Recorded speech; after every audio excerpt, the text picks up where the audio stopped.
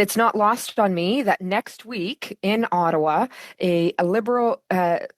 team of Liberal government hired lawyers will be sitting in a courtroom fighting 59 First Nations, including Shamattawa First Nation here in our riding, on the very issue of clean drinking water.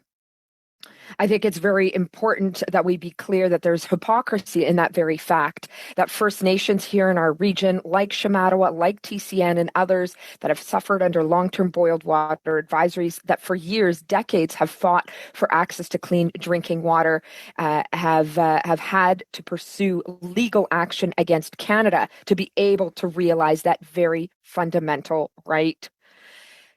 I also think it's hypocritical that the Liberals keep pointing to Bill C-61 as the be-all and end-all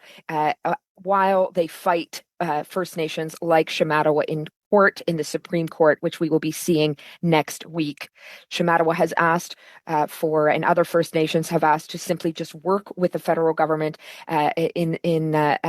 real terms to be able to deliver clean drinking water for their First Nations. And instead of working with them, instead of collaborating with them, the federal government has chosen to fight them at the Supreme Court.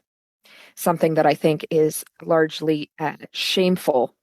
for Canada in the year 2024, in a country as wealthy as ours, where I think any Canadian would be shocked to know that our basic human rights, the access to clean drinking water, is not being made available to First Nations. Instead of working with them to find solutions, the federal government is choosing to fight them in court.